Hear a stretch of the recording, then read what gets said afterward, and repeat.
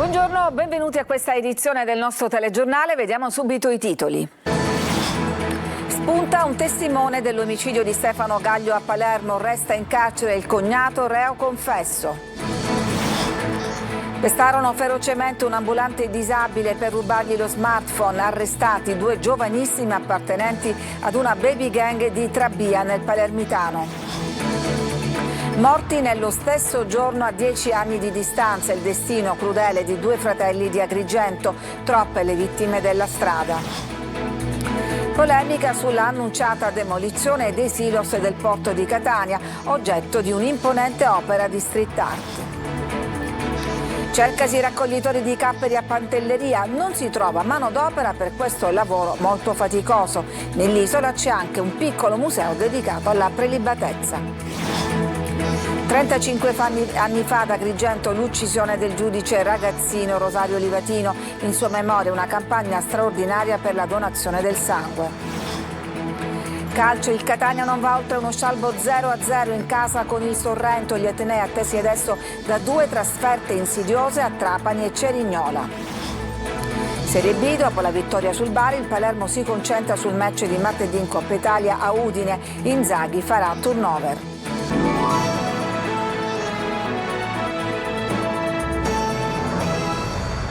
C'è un testimone oculare, un motociclista che ha assistito all'omicidio di lunedì scorso al centro di Palermo. Intanto l'assassino reo confesso resta in carcere. Sentiamo Manlio Viola.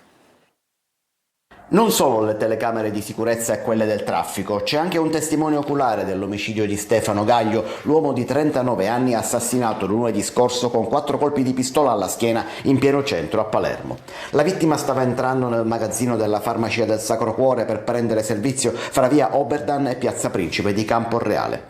Il testimone invece stava parcheggiando e mentre cercava di mettere la moto sul cavalletto ha assistito all'azione decisa e fulminea dell'assassino reo confesso Giuseppe Cangemi, che estraeva la pistola, sparava a Gaglio, rimetteva l'arma in tasca per poi prendere lo scooter e fuggire.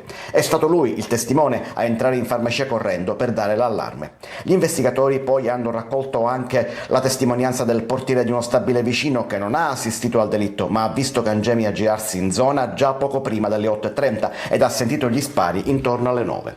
L'assassino reo confesso resta in carcere mentre la difesa ha chiesto invece la scarcerazione e l'affido in una struttura sanitaria per i problemi mentali di Cangemi. Ma per il GIP la storia sarebbe da ricondurre invece alle liti per la casa di famiglia di via Nicolò Cervello alla Calza e non a un raptus legato alla schizofrenia. Infine, indagini in corso sulla pistola. Cangemi dice di averla trovata in un cestino dei rifiuti mentre lo stava svuotando, ma per gli inquirenti questa versione è poco credibile. Pestarono ferocemente un ambulante disabile per rubargli il cellulare. Arrestati 2 giovanissimi, facevano parte di una baby gang di Trabia nel Palermitano. Emanuela Corsi. Era stato pestato a sangue da un gruppo di ragazzini che gli provocarono la frattura del setto nasale e la perdita di un dente. Un episodio di ingiustificata violenza avvenuto lo scorso marzo che lasciò sgomenta l'intera comunità di Trabia, nel Palermitano, anche perché la vittima, un venditore ambulante originario del Bangladesh, è disabile. 2 componenti della gang, composta da 5 ragazzi, sono stati arrestati dai carabinieri di Termini Imerese per rapina pluriaggravata e lesioni personali aggravate in concorso. Hanno 16 e 17 anni. E su disposizione del Tribunale per i minorenni sono stati condotti al Malaspina di Palermo. Per lo stesso episodio, poche settimane fa, era stato arrestato anche un 19enne posto ai domiciliari con braccialetto elettronico. La violenza era avvenuta vicino alla stazione di Trabia. Il gruppo aveva preso di mira il povero ambulante, pestato a sangue con calci e pugni al volto e derubato del cellulare. Decisiva per la ricostruzione delle fasi dell'aggressione è stata l'analisi delle immagini di videosorveglianza presenti nel comune che hanno consentito l'individuazione e l'identificazione dei giovani. Una storia che ha commosso tutti, anche i militari del reparto territoriale di Termini Imerese e della stazione di Trabia, che hanno organizzato una colletta e regalato un nuovo telefonino all'uomo per consentirgli di tornare a comunicare con i propri familiari rimasti nel paese d'origine. 2 fratelli morti in un incidente stradale nello stesso giorno, ma a distanza di 10 anni. Fine settimana di sangue ad Agrigento, ma le vittime della strada sono troppe in tutta Italia. Davide Sardo. Fine settimana di sangue sulle strade agrigentine. Un sabato segnato ieri mattina dalla morte di Vincenzo Zangali, 72 anni, investito mentre si trovava fermo in auto sul ciglio della strada. E in serata dal tragico incidente costato la vita a Marco Chiaramonti. La tragedia è avvenuta lungo il viale Emporium all'ingresso di San Leone. Chiaramonti, istruttore di tennis e padel molto conosciuto in città, stava viaggiando in sella al suo scooter quando, forse a causa di una buca sull'asfalto, ha perso il controllo del mezzo. Lo scooter è finito contro il bordo della carreggiata, terminando la corsa tra arbusti e un muretto. L'impatto è stato violentissimo. Immediato l'intervento dei sanitari del 118, ma per l'uomo non c'è stato nulla da fare. Un destino crudele per la famiglia Chiaramonti. In questo stesso giorno, il 21 settembre di 10 anni fa, a 36 anni, morì il fratello Gabriele in un incidente autonomo con l'auto a Porto Palo di Menfi. Mentre Lecco piange le due ventunenni travolte da un'auto mentre andavano ad una festa di paese, si allungano le tragiche statistiche nazionali. 41 morti in Italia solo a settembre, 289 dall'inizio dell'anno. E fa discutere la demolizione dei silos del porto di Catania, da 10 anni oggetto di un'imponente azione di street art. Sentiamo Luca Ciliberti. I silos del porto di Catania verranno abbattuti e così cambierà lo skyline della grande infrastruttura. Io da ragazzino mi ricordo che ci sono stati sempre questi silos, togliendoli non so. Secondo me no, perché sono cose antiche, cose tradizionali, cioè cose del porto, e secondo me no. No, quello non si toccano. Perché? È perché è un simbolo del porto. A livello coreografico, nì. Forse come visuale sì. Ni perché? Nì perché da quando sono stati fatti i disegni potrebbe avere un impatto visivo positivo. Scade la concessione demaniale e la società Granari Siciliani non ha intenzione di rinnovarla perché alla luce dei trend del traffico e visto gli ingenti lavori di manutenzione a causa dell'invecchiamento, la ditta preferisce abbattere le strutture.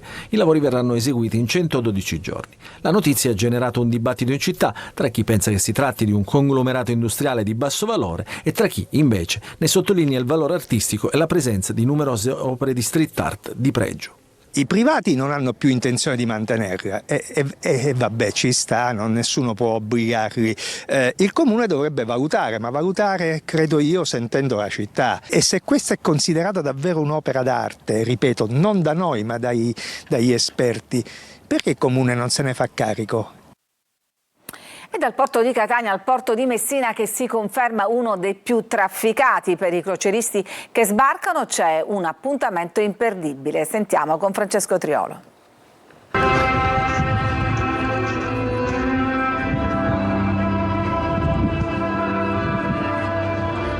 L'Ave Maria di Schubert ogni giorno alle 12 in punto dà il benvenuto a turisti e crocieristi che affollano Piazza Duomo a Messina. L'orologio astronomico del campanile è considerato il più grande e complesso al mondo. Qui tutti col naso all'insù, telefonino in mano. Sono migliaia i turisti che arrivano in città con le grandi navi e il porto dello Stretto tra settembre ed ottobre registrerà il più alto numero di attracchi di grandi navi dell'anno. Un porto in crescita, come testimoniato dai numeri. Messina nel 2025 farà registrare 253 scali con un incremento rispetto all'anno precedente dell'11,5% per un totale di passeggeri calcolati a pieno carico di oltre 770.000, il 25% in più rispetto al 2024.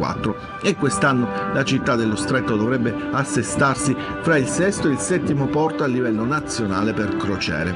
Il trend dei numeri del crocierismo sullo Stretto è in crescita e le previsioni sono positive anche per i prossimi anni, come testimoniato durante la Sea Trade Europe, la fiera internazionale che si tiene ogni anno ad Amburgo, irrinunciabile per gli addetti del settore.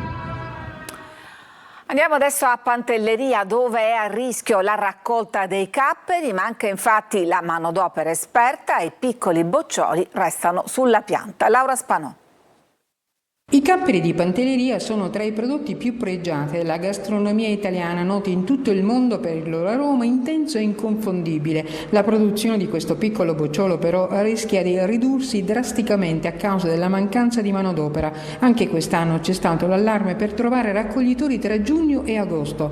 È un problema che affligge l'isola ormai da decine di anni, da quando c'è stato un cambio culturale e sociale, cioè da quando la famiglia contadina pantesca di fatto non esiste più. E anche meccanicamente, come è stata meccanizzata ad esempio la vendemmia dell'uva in Emilia-Romagna, in tante altre parti, ecco, è impossibile. La raccolta dei capperi è un lavoro faticoso e poco attrattivo per i giovani e senza raccoglitori disponibili il rischio è quello di vedere andare perduta una tradizione secolare oltre a un'eccellenza che da sempre caratterizza l'identità di Pantelleria. Estremamente impegnativa, per cui magari a parità di retribuzione si trovano lavori più semplici. La conseguenza è che una parte del raccolto rischia di restare appesa alla pianta, con inevitabili danni economici per le aziende e un impatto diretto sulla disponibilità futura di capperi certificati IGP. E sull'isola da tempo, grazie alla lungimiranza di Gabriele Lasagna, è nato anche un piccolo museo che celebra questo bocciolo e che rappresenta una fonte di reddito fondamentale per la comunità locale. A Catania un uomo ha aggredito l'autista dell'autobus sul quale viaggiava colpendolo con schiaffi e pugni. Gli agenti hanno trovato il bus fermo in via Acquicella. L'autista era ferito agli zigomi e ad una spalla. Il violento è stato bloccato e denunciato. Ha ammesso di aver avuto una lite con l'autista perché a suo dire avrebbe risposto in modo poco garbato ad una passeggera. Ci fermiamo, c'è una pausa per la pubblicità e poi torniamo per ricordare il giudice Ragazzino.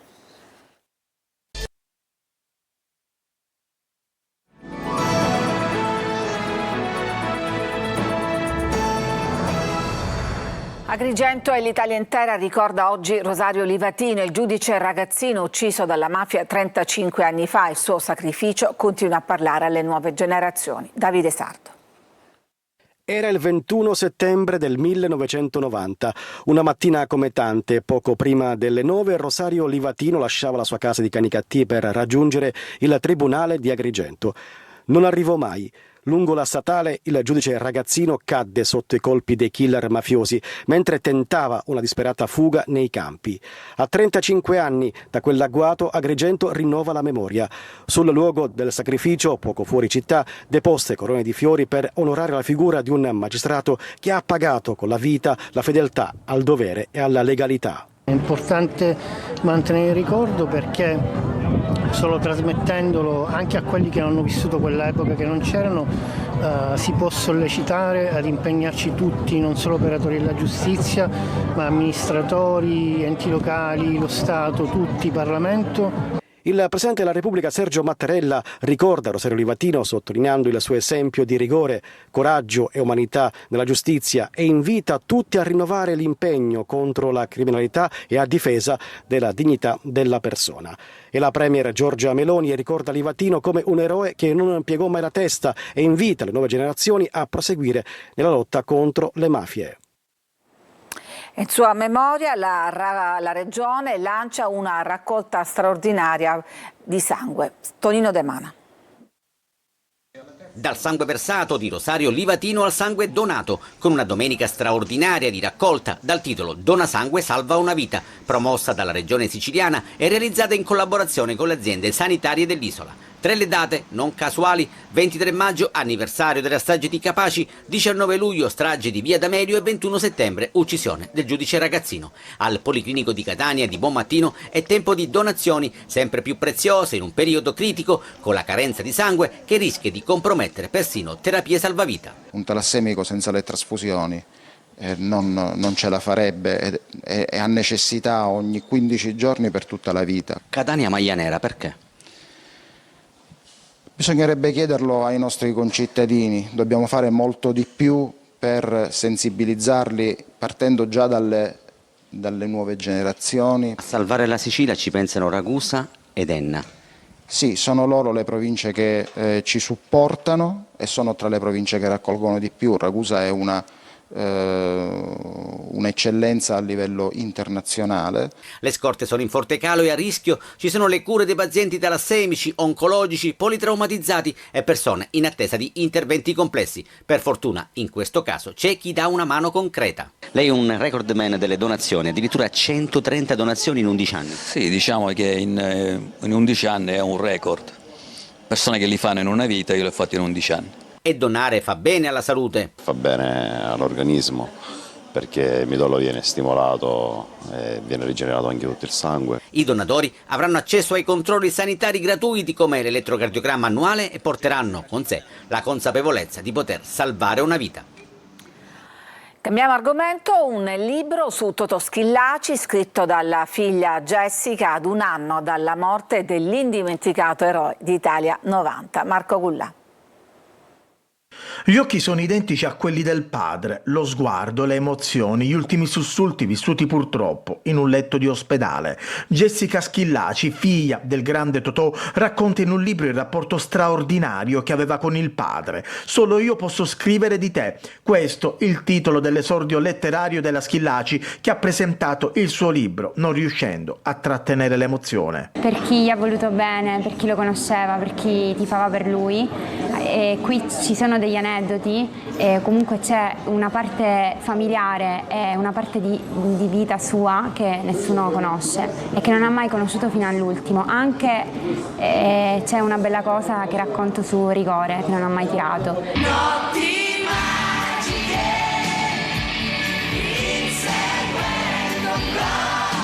Scorrono i gol di Schillaci, pagine e pagine sull'uomo Totò. È un libro d'amore, sicuramente, ma è un libro che contiene tutto. Contiene l'allegria, contiene il ricordo dell'infanzia, contiene l'amarezza e la paura della malattia.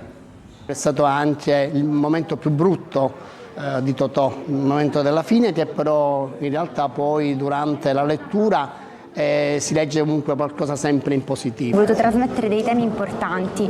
Uno di questi è quello di perseguire i propri sogni, i propri obiettivi per raggiungere ciò che ci piace fare, perché la vita così appare più bella e più soddisfacente.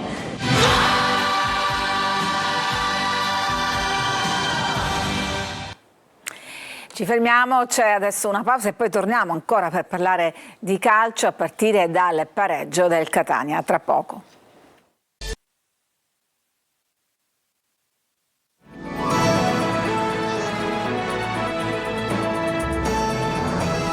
Siamo al calcio, il Catania non va oltre uno scialbo 0-0 in casa col Sorrento ad attendere i rossazzurri. Adesso ci sono 2 trasferte insidiose. Marco Carli. Inoffensivi, privi di reazione, incapaci di scardinare una difesa, quella del Sorrento, che è apparso un muro insormontabile. Se non si può vincere meglio non perdere, diceva un vecchio adagio, però è veramente troppo poco quello che il Catania ha fatto vedere al Massimino. Vogliamo gente che lotta, urla la Nord a fine partita, un refrain già ascoltato in questi anni, tutti nel mirino, tecnico compreso. Dopo l'ottimo avvio questa decisa flessione era in attesa, incidono anche i tanti infortunati o acciaccati a cui per la partita con i campani si è aggiunto anche Donnarumma. Ha un'infiammazione al tendine, non l'abbiamo voluto rischiare. In questo momento ci dobbiamo prendere meno rischi e trovare più soluzioni. Le condizioni degli indisponibili sono date in miglioramento, anche se nessuno dovrebbe esserci per Trapani. Il solo Donnarumma potrebbe riaffacciarsi anche in campo, ma bisognerà valutare nei prossimi giorni. Della partita c'è poco da raccontare e anche questo, a ben guardare, rappresenta una delusione. Alla fine a rischiare di più è stato il Catania. Dini ha parato il rigore di Dursi. Per i rossazzurri, in mezzo a vari tentativi, alcune volte velleitari, un solo vero intervento per il portiere ospite su tiro di Ditacchio. Potevi fare meglio sicuramente negli ultimi 16 metri, dove ti è mancato il guizzo, ti è mancato la giocata, sfruttare meglio la palla inattiva, riempire meglio l'area dove i nostri trequartisti a volte non ragionano da attaccanti. E il guizzo, non solo quello aggiungiamo, va ritrovato presto. Le trasferte di Trapani e Cerignola sono il primo crocevia di una stagione partita bene e che adesso appare già in salita. Ancora una sconfitta per il Siracusa che resta ultimo in classifica. Sentiamo Marco Petrolito. Ennesima delusione per un copione già visto, stessi errori e stesso risultato. Gli azzurri giocano con personalità ma vengono puniti nell'ultimo quarto d'ora, tornando dalla trasferta di Crotone con un'altra sconfitta nonostante una partita di carattere. Allo stadio Eziouscita gli uomini di Turati tengono testa ai calabresi per oltre un'ora, ma nel finale di una gara ricca di occasioni da entrambe le parti subiscono un micidiale 1-2 che consegna i 3 punti ai padroni di casa. Subito un'occasione per il Siracusa, al terzo Guadagni crossa per Valente, ma Merelli con l'aiuto della difesa salva i rossoblù, mentre il Crotone risponde con Maggio, fermato da un ottimo intervento di Farroni. Le due squadre, schierate con un identico 4-2-3-1, si affrontano a viso aperto e al 22esimo Gomez impegna ancora Farroni, mentre al 28esimo è Sciapola a sfiorare il vantaggio con un colpo di testa di poco alto. Al 38esimo il direttore di gara concede il penalty ai calabresi per un presunto mano in aria di Contini, ma dopo aver rivisto annulla la sua precedente decisione, ravvisando un tocco con la spalla. La ripresa si apre con un brivido per il Siracusa. Andreoni calcia di sinistro e Farroni salva in corner, ma gli ospiti reagiscono. Al 61esimo sfiorano il gol con Contini, il cui diagonale viene respinto da Merelli, mentre Valente fallisce incredibilmente il tap-in a porta quasi vuota. Nel momento migliore degli aretosei, però, arriva la doccia fredda. Al 76esimo Carnielutti, sugli sviluppi di un corner, trova la deviazione vincente che sblocca il match con la difesa ospite apparsa immobile. Il Siracusa si riversa in avanti, ma lascia spazi al contropiede rossoblù e all'82esimo Gomez chiude i conti, presentandosi tutto solo davanti a Farroni per il definitivo 2-0. Inutili tentativi finali di Contini, con gli azzurri che tornano a casa ancora a mani vuote e che restano ultimi a quota 0 punti. E sempre per la Serie C, fra poco sarà la volta del Trapani che gioca sul terreno dell'Altamura. I Granata di Aronica sono reduci da 3 vittorie di fila e cercano il poker in Puglia. L'Altamura, dopo le 2 sconfitte iniziali, ha accumulato 4 punti nelle ultime 2 gare, squadre in campo alle 15. E dopo la vittoria sul Bari, il Palermo si concentra sul match di martedì in Coppa Italia Udine. Inzaghi farà turnover in vista del campionato. Marco Gullà. In 5 partite, compresa la sfida di Coppa Italia a Cremona, il Palermo ha subito un solo gol, un unico dato per evidenziare il vero punto di forza dei rosanero. E poi i gol segnati. Il Palermo nelle 3 vittorie ottenute ha sempre fatto 2 reti, un altro certificato di solidità. A sbloccare un match difficile come quello contro il Bari è stato il francese Ledoiron, jolly di Pippo Inzaghi, determinante come pochi. Pour l'équipe et pour tout le monde, pour les supporters. C'est un but que j'attendais et il est arrivé ce soir. Je suis content d'avoir aidé l'équipe et pour gagner ce match. Et voilà, c'est super. Je suis content aussi pour Claudio qui a marqué aussi. Porteur fantastique, avec une ambiance incroyable. Donc marquer ici à Barbera est toujours magique. Donc j'espère que c'est le premier d'une longue série. Rosanero già a lavoro per la partita di martedì a Udine in Coppa Italia. La banda di Inzaghi non vuole stonare nemmeno contro un avversario di Serie A che ieri sera ha perso 0-3 contro il Milan. Probabile che possa scattare la prima convocazione per Beresischi, arrivato ufficialmente ieri. Parliamo adesso del trofeo podistico internazionale Maria Santissima degli Ammalati. A Mister Bianco ha vinto un atleta del Burundi. Sentiamo Tonino De Mana.